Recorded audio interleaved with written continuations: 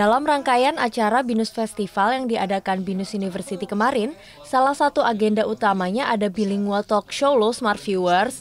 Bertemakan Global Employability, Does It Work? Talk show ini menjadi ruang buat para binusian untuk mencari inspirasi dan menjadi ruang refleksi buat paham tentang peran strategi penguasaan bahasa asing dalam menunjang daya saing global. Menghadirkan 3 pembicara keren dengan latar belakang yang berbeda, talk show ini pastinya kasih kita wawasan luas dari berbagai perspektif. Pembicara pertama yaitu lecturer Japanese Language di BINUS University, Momoko Takai, yang sharing banyak banget nih Smart Viewers. Mulai pengalaman mengajar di kelas sampai pentingnya konsisten dalam belajar bahasa asing. That's keep motivation.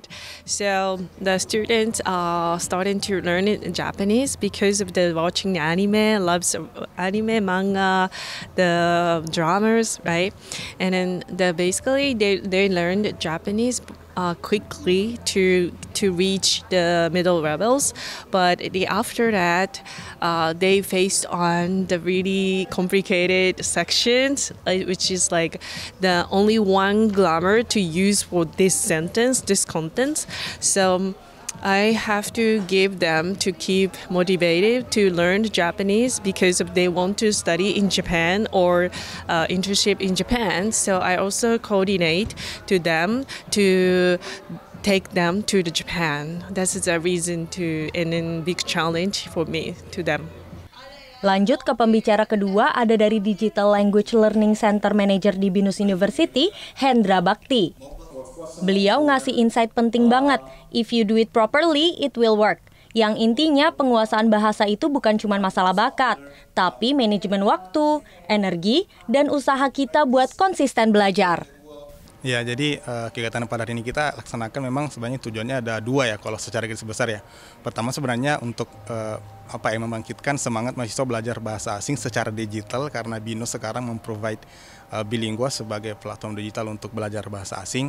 Yang kedua, kita ingin menyampaikan kepada mahasiswa bahwa dengan belajar bahasa asing kalian tuh dapat membuka kesempatan-kesempatan keluar gitu, keluar negeri, termasuk tadi kita fokus kepada tema global employability, kesempatan bekerja di market global, seperti itu sih. Kalau sekarang kita sedang mempersiapkan fitur AI sendiri di Bilingua. Jadi mungkin salah satu feedback yang kita temukan dari mahasiswa adalah Bilingua belum bisa nih untuk speaking sama writing, seperti itu mungkin.